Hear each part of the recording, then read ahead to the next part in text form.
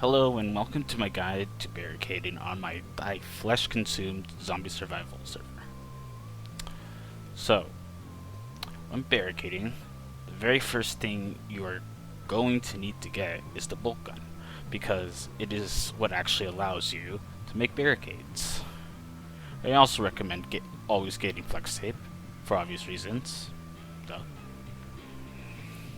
You can also go for the metal pack and the board pack, but if you don't have a good DPS, you are better off saving that worth for something else.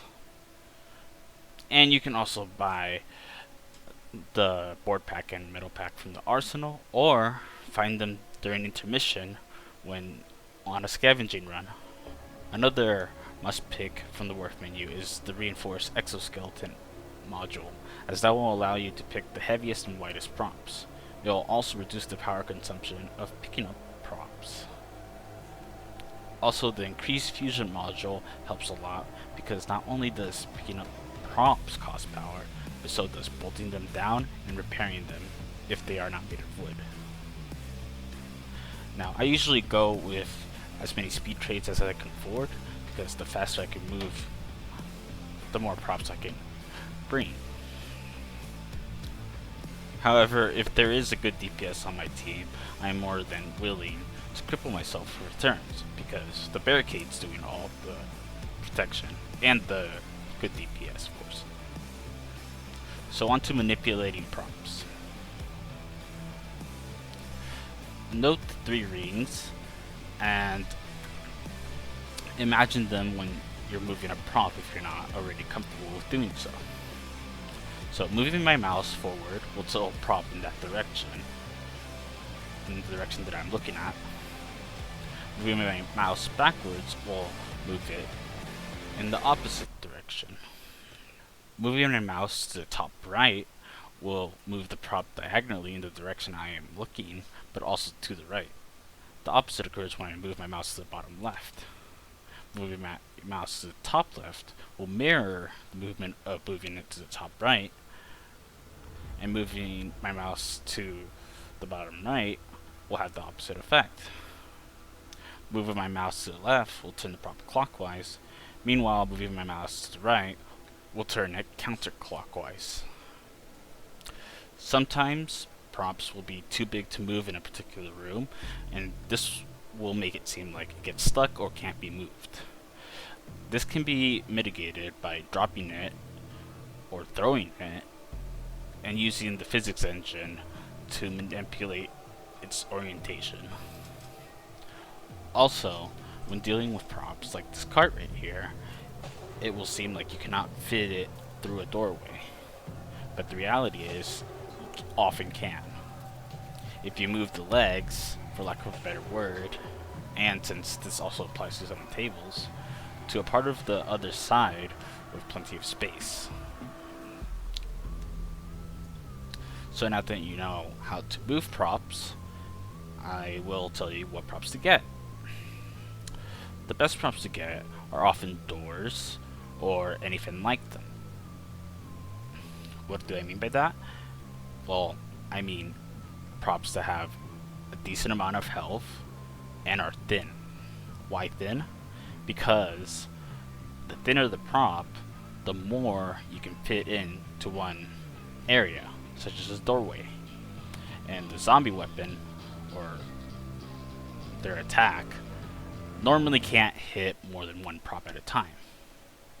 This is also the reason why I angle my props so that less of the prop is able to be hit. An alternative to this is also getting props that fit together, such as the prop combinations that I'm going to rapid fire at you.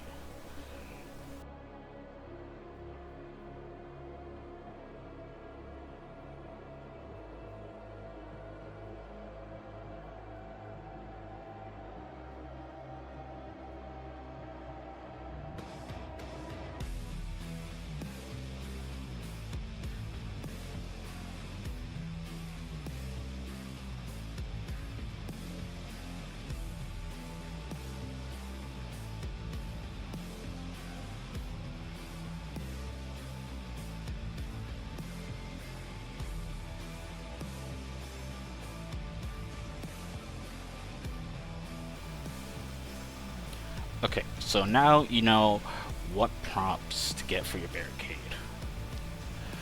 So here's some tips on moving them. It's often better to jump and throw them by pressing secondary with anything but the bolt gun, because this will give them some air time, jumping of course. And also you can try to turn counterclockwise or clockwise and then rapidly turn back to give it some momentum while also jumping. You should also keep an eye on your armor bar, as you lose armor when you pick up a prop and not when holding it. But more importantly, if you run out of armor, you will not be able to regenerate until the end of the next wave. And not having armor carries a bunch of potential debuffs. Another thing to know is that, and I'm guilty of this, is to save time to actually make the barricade, because you can get as many prompts as you want, but if you don't have anything to defend yourself while you make the barricade, you're most likely just going to die, and you would have wasted all this time that you spent getting props. Now, when making a barricade, there's something you should know about, and that is anchor props. Anchor props are props that the zombies cannot reach, and are often bad for the barricade anyways. And the point of these props is so that the props that you do want to use for your barricade but can't be nailed to the world due to perhaps however you're structured your barricade, or perhaps the room you're barricading in, such as this one, has too high of a roof, you can nail it to this anchor prop, which is preferred to nailing the anchor prop to the barricade prop. Both have the same effect on the barricade prop's health, but nailing the barricade prop to the anchor prop will show you an accurate representation of the barricade prop's health. Moreover, if there's anything that my cading style is known for, is having the top and bottom part of the barricade, which may seem counterintuitive since it takes twice the amount of props, but hear me out here. You can angle the props so that less of the prop is available to be hit. It offers an entire horizontal plane for shooters to shoot through, and in a dire situation, you can unnail the top props and let gravity put them in place if the bottom is breaking faster than the top. Another thing to know is nailing props outside of the barricade, also known as free hit props, which can cause zombies to crouch and therefore make them easier to headshot.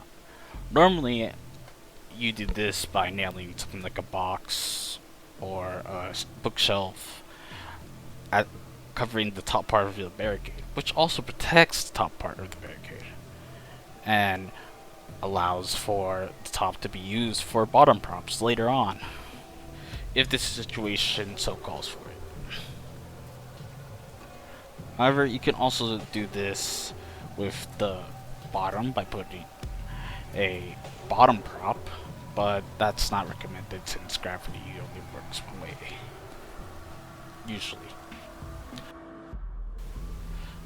Also, a couple tips to know is that holding shift will actually hold a prop in place, and if you slam a prop against another prop that's nailed and you can't seem to nail it to the world or an anchor prop, you can nail it to the prop you're slamming it against and then find a place to nail it once you let go of it. Normally, most ZS servers have some form of a hammer that allows you to make barricades. So what makes the bolt gun different? Well, to start, pressing primary on a door will deal 1000 damage to it, which is normally a third of its health before it can be broken off its hinges and then used as a prop. If you crouch with the bolt gun and do the same thing, it will do 100 damage. Why, you may ask? Because some doors have different health and will break otherwise. Also, note that although this is a faster method of breaking doors than, say, hitting it with your fist or a shovel, an even faster way is using your shoulder-mounted shotgun. This will normally one-shot doors, and then you can use the bolt gun to break even more doors. Primary fire will also ignite zombies if you have the armor to do so. Additionally, if you crouch, you can also stun the zombies by using 300 units of Flex Seal. Also know that if you hold secondary and press primary, you can cue a bolt to be fired. This bolt will penetrate through a horde of zombies but cause 4 bolts, or less depending on which bolt gun you have, of which there are 2. The electric bolt gun, whose projectile stuns the zombies it passes through, and the magmatic bolt gun, whose projectile ignites the zombies it passes through. The former can be crafted with a battery, and the latter is only available to those who master the Builder Mastery. If you have someone who got the Cyborg trait, you can press reload in primary to heal up to 50% of their health. The bolt gun can also repair all deployables, but note that aside from the arsenal crate, which costs Flex Seal, repairing the deployables will cost power. Speaking of wooden props, anything that is wooden and used as a barricade prop will have to be repaired with Flex Seal.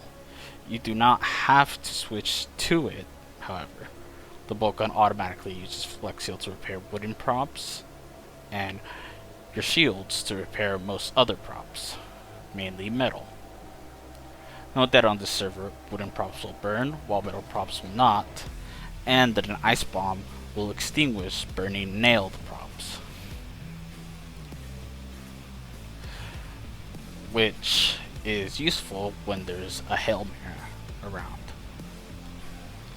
But this is also the very same reason why you should try to get as many metal and non-flammable props as possible, so you cannot be exploited by Hail Mary.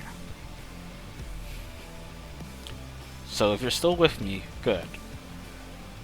Now, what puts most people off of barricading is usually they don't know how to manipulate props, which if you're absolutely new and you're watching this, I suggest you practice moving props before you actually barricade for the team. But aside from that, is also the stress of barricading, or the sheer panic you may feel when a prop doesn't fit the way you want to and time's running out, or being judged by your teammates for building a shitcade. And I'm not going to lie, cading is most definitely stressful, but often necessary. However, on TFC, you and your team could also just go with runner loadouts instead, as running around the map instead of hiding behind a barricade is completely viable on this server. Thank you for watching my guide on how to barricade.